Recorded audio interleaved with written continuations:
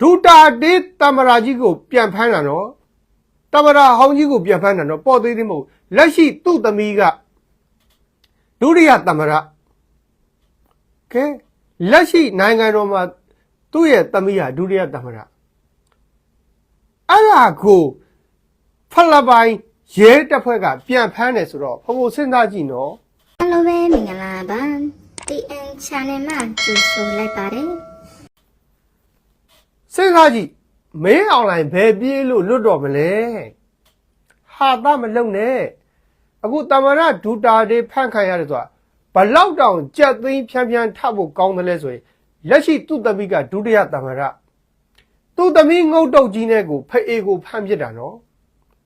ဖမ်းတဲ့သူကလည်းတခြားလူမဟုတ်ဘူးဖလပိုင်းရဲတပ်ဖွဲ့ကိုယ်တိုင်ကိုကပြန်ဖမ်းတာစဉ်းစားကြည့်နော်ဖလပိုင်းရဲတပ်ဖွဲ့ကိုကပြန်ဖမ်းတာအဲ့တော့တမရဒူတာတေးလို့အရှိန်ဩဇာကြီးမားတဲ့ပုဂ္ဂိုလ်လက်ရှိသူ့သမီးကလည်းပဲနိုင်ငံတော်မှာဒုတိယတမရအဖြစ်တာဝန်ထမ်းဆောင်နေတဲ့သူအဲ့ဒီလိုပုဂ္ဂိုလ်မျိုးကိုတောင်မှ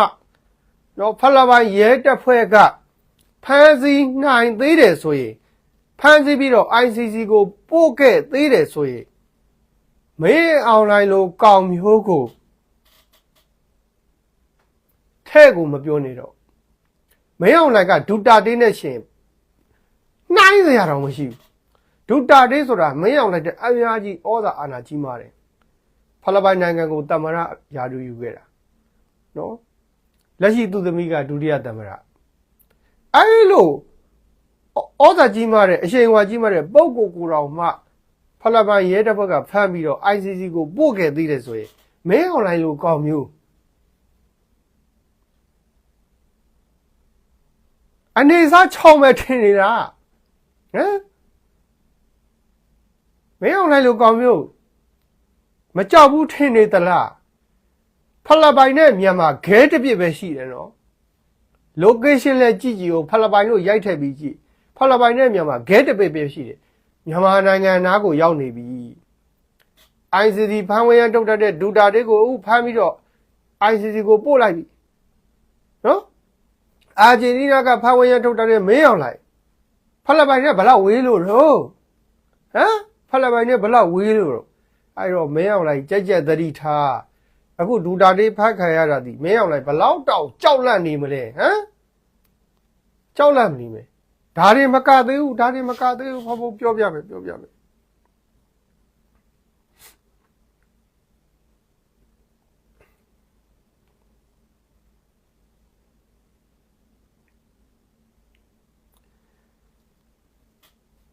အခု ICC က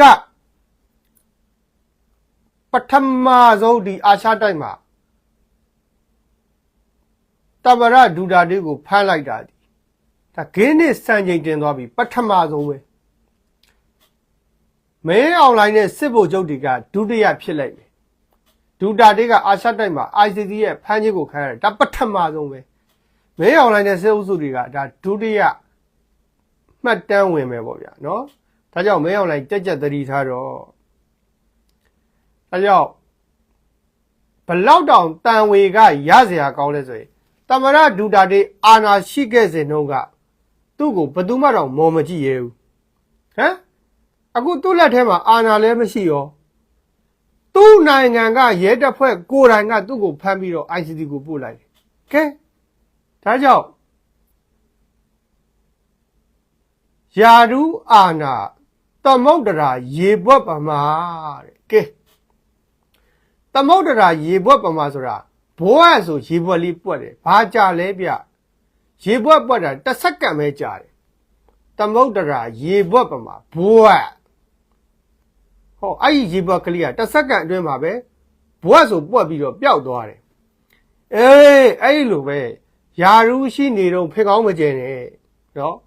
ယာရူးရှိနေတော့ဘဝင်မပြည့်နဲ့ယာဒူးအာနာဆိုတာသမုဒ္ဒရာရေဘွက်ပမာဘွက်ဆိုခဏပဲယာဒူးရှိနေတော့ကတော့သူများတွေကကြောက်လို့ပဲဖြစ်ဖြစ်နော်လေးစားလို့ပဲဖြစ်ဖြစ်အဲ့ဒီယာဒူးကြီးကြောက်နော်အဲ့ဒီယာဒူးကြီးကြောက်လူတွေက ကြောက်လန့်ပြီးလေးလေးစားစားဆက်ဆံလိုက်မယ်ကြောက်လန့်ပြီးလေးလေးစားစားအဲ့ဒီယာရူးမရှိတော့တဲ့အချိန်မှာအခုသမ္မတဒူတာတေဘယ်လိုဖြစ်သွားတယ်ဟမ်သူ့နိုင်ငံကရဲကပဲသူ့ကိုပြန်ဖမ်းပြီးပို့လိုက်တာလက်ရှိသူ့သမီးကဖိလစ်ပိုင်နိုင်ငံရဲ့ဒုတိယသမ္မတဒါကြောင့်လူတွေဟာယာရူးအာဏာရှိနေတဲ့အချိန်ပဲလုတ်ပိုင်ခွင့်တွေရတာနော်အဲ့ဒါကိုတန်ဝေကယူကြဒါကြောင့်ဒီနေရာမှာတရားသဘောနဲ့ပဲကြည့်မင်းအောင်လိုင်းအနေနဲ့ပဲကြည့်ဘလောက်တုံလို့ခြောက်ချားစရာကောင်းတယ်တရားသဘောနဲ့ကြည့်ရင်တော့တန်ဝေကတွေဘုန်းဘုတို့အများကြီးရတယ်နော်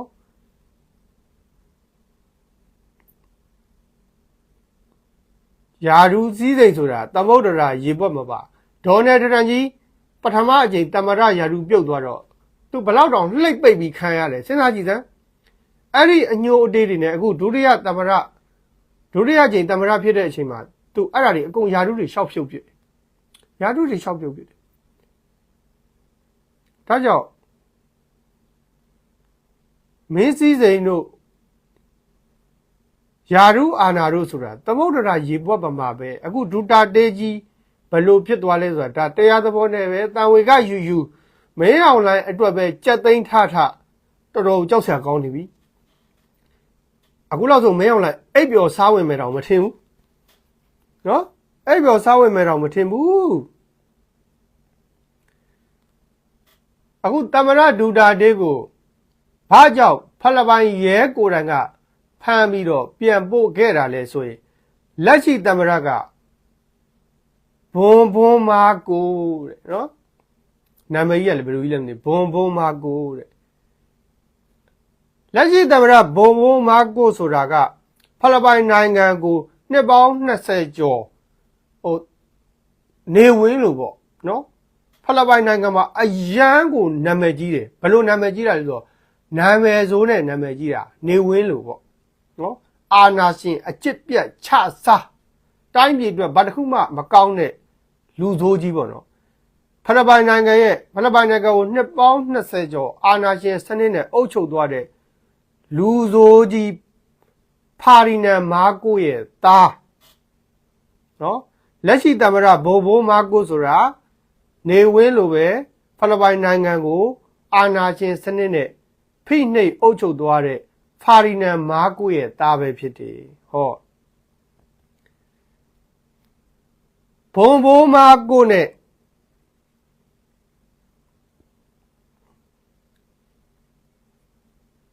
သမ္မတဒူတာတေးရဲ့သမီးဒုသမ္မတဆာယာဒူတာတေးကမတည့်ကြဘူးကျောင်းနေဘက်ထဲကမတည့်ဘူးဟောဖေးနှစ်ယောက်ကလည်းအာနာရှင်ပဲအခုသူတို့သားသမီးနှစ်ယောက်ကလည်းလက်ရှိပထမသမ္မတနဲ့ဒုသမ္မတဒါပေမဲ့ကျောင်းနေတဲ့ကသူတို့နှစ်ယောက်ကမတည့်ကြဘူးအပြိုင်အဆိုင်ကြီးပေါ့နော်အခုပထမသမ္မတဘွန်မာကိုနဲ့ဒုတိယသမ္မတဆာယာဒူတာတေးတို့ပုတ်တိုင်မှုတွေဖြစ်ပြီးတော့အခုလက်ရှိဖိလစ်ပိုင်နိုင်ငံရဲ့အာဏာအရှိဆုံးဘိုမာကိုကဒူတာတေးကိုဒါသမီးကိုအမုန်းတရားနဲ့ပေါ့နော်သူသမီးကိုအမုန်းတရားနဲ့နိုင်ငံရေးပုတ်တိုင်မှုတွေကြောင့်ဖအေကိုဖမ်းပြီးတော့ ICC ကိုပို့လိုက်တာအဓိကပြဿနာအဲ့ဒါပဲလက်ရှိပထမသမ္မတနဲ့လက်ရှိဒုတိယသမ္မတကမတည့်ကြဘူးအဲ့ဒါကိုဖအေကိုဖမ်းပြီးတော့ ICC ကိုပို့လိုက်တယ်ဗျာနော်ဖအေကိုဖမ်းပြီးတော့ ICC ကိုပို့လိုက်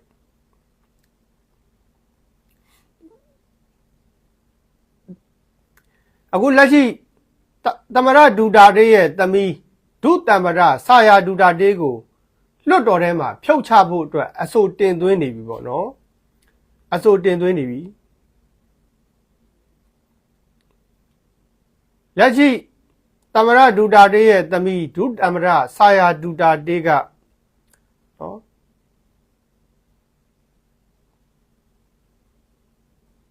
လက်ရှိပထမသမ္မတဘွန်မာကို ဘုံဘုံမကိုရဲ့တမရကရောကိုလောက်ကြံတက်ဖက်ဖို့အတွက်သူကလူမိုက်နှားခဲ့တာတော်တော်ကြောက်စရာကောင်းတယ်နော်ဒူတာတေးရဲ့သမီးဒုတမရစာယာဒူတာတေးကလက်ရှိပထမတမရဘုံဘုံမကိုရဲ့တမရကရောကိုတက်ဖို့အတွက်သူကလူမိုက်နှားခဲ့တာအဲ့ဒီပြစ်ချက်နဲ့ပဲသူကဒုတမရယာရုကနေဖြုတ်ဖို့အတွက်လွတ်တော်ထဲမှာအဆိုတင်သွင်းနေပြီပေါ့နော်အဆိုတင်သွင်းနေပြီအဲ့ဒီလိုပြဿနာတွေတော်တော်လေးကိုကြီးကြီးမားမားလက်ရှိဖိလစ်ပိုင်နိုင်ငံမှာဖြစ်နေတယ်ပေါ့နော်ဒုတမရနဲ့ပထမတမရမတည့်ကြဘူးတယောက်ကိုတယောက်လောက်ကြံတက်ဖြတ်ဖို့အတွက်လူမိုက်တွေငှားကြတယ်နော်လူမိုက်တွေငှားကြတယ်နောက်တစ်ခုကလက်ရှိတမရယာဒုကိုယူထားတဲ့ဘုံဘုံမာကိုကလာမယ့်2028ရွေးကောက်ပွဲမှာသူကဝင်ပြိုင်ခွင့်မရှိတော့ဘူးတက်တန်းကုန်သွားပြီပေါ့နော်ဝင်ပြိုင်ခွင့်မရှိတော့ဟောတမရဒူတာတေးရဲ့သမီးစာယာဒူတာတေးကကြတော့လာမယ့်2028ရွေးကောက်ပွဲမှာသူကဝင်ပြိုင်လို့ရတယ်အဲ့တော့လာမယ့်2028မှာတမရဘယ်သူဖြစ်နိုင်လဲဆိုရင်ဒူတာတေးရဲ့သမီးဒုတမရစာယာဒူတာတေးကတမရဖြစ်နိုင်တယ်အဲ့ဒါကိုမဖြစ်စေခြင်းတဲ့အတွက်ကြောင့်လက်ရှိတမရဘုံဘိုးမာကိုအဖေကိုလည်း ICC ကိုပို့ပြတယ်တမီးကိုလည်းသူကတိုက်ခိုက်တယ်ပေါ့နော်စာယာဒူတာတေးကိုနောက်မှာ2028မှာတမရမဖြစ်စေခြင်းဘူးသူတို့နှစ်ယောက်ကမတည့်ဘူးနော်မတည့်တော့သူပဲစအုပ်ချုပ်ချင်တာပေါ့ဗျာသူ့အဖေလိုပဲပေါ့နော်သူ့အဖေကလည်းနှစ်ပေါင်း20ကျော်ဖိလစ်ပိုင်နိုင်ငံကိုအုပ်ချုပ်ခဲ့တယ်လက်ရှိဘုံဘုံမာကိုကလည်း2028မှာရွေးကောက်ပွဲဝင်ပြိုင်လို့မရတော့ဘူးဒါပေမဲ့သူကဝင်ပြိုင်လို့ရသည်ဖြစ်စေမရသည်ဖြစ်စေသူ့အဖေလိုပဲနှစ်အကြာကြီးဒီဖိလစ်ပိုင်နိုင်ငံကိုအုပ်ချုပ်ချင်တယ်အုပ်ချုပ်ချင်တဲ့အတွက်ကြောင့်ဒူတာတေးကိုလည်းဖမ်းပြီးတော့ ICC ကိုပို့ပြတယ်တမီးကိုလည်းဥပဒေဘောင်တွင်းကရောဥပဒေဘောင်တွင်မဟုတ်တာကရောနှမျိုးစလုံးကပေါ့နော်မရှိအောင်နိုင်ငံရေးလောကမှာမရှိအောင်ဖြိုတာပေါ့ဗျာဖြိုတာပေါ့နော်အဲ့တော့ဖိလစ်ပိုင်နိုင်ငံမှာလက်ရှိပုတ်တိုက်မှုပေါ့နော်ပထမသမရနဲ့ဒုတိယသမရကြားမှာနိုင်ငံရေးပုတ်တိုက်မှုတွေတော်တော်လေးကြီးမားတယ်အဲ့ဒီပုတ်တိုက်မှုတွေကြောက်ပဲဒါတမရဒူတာတေးဟာ ICC ကိုအပို့ခံလိုက်ရတယ်ပေါ့နော်ဟိုကျွဲနှစ်ကောင်ခတ်တဲ့ကြားကနေမြေစာပင်ထိကြိုက်တယ်လို့ပေါ့နော်ထိကြိုက်တယ်လို့ပေါ့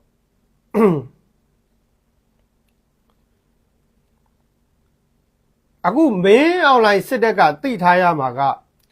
ဖိလစ်ပိုင်နိုင်ငံဟာလည်းပဲ ICC အဖွဲ့ဝင်နိုင်ငံမဟုတ်ပါဘူးဗျာနော်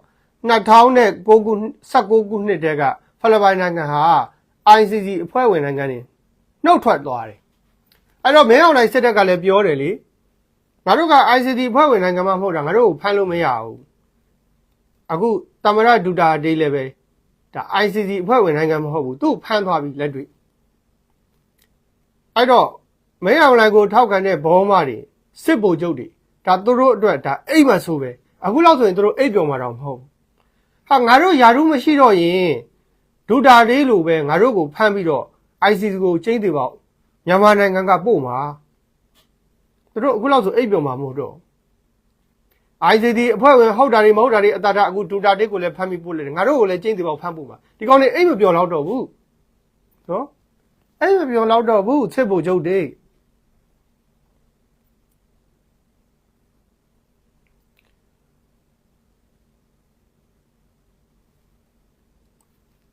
အခုမင်းအောင်လိုင်းနဲ့စစ်ဗိုလ်ချုပ်တွေတိထားရမှာကနော်မင်းတို့ကျိန်းသေးပေါ့မကြခင်ဒူတာတေးလိုပဲ ICC ကိုတွားရတော့မယ် Argentina ကိုတွားရတော့မယ်နော် Argentina ပဲအဲ့တော့ ICC တို့အကြောင်းကို ICC မှာဘယ်လိုနေရလဲဘယ်လိုထားလဲဆိုတာဖို့တခါတည်းထည့်ပြော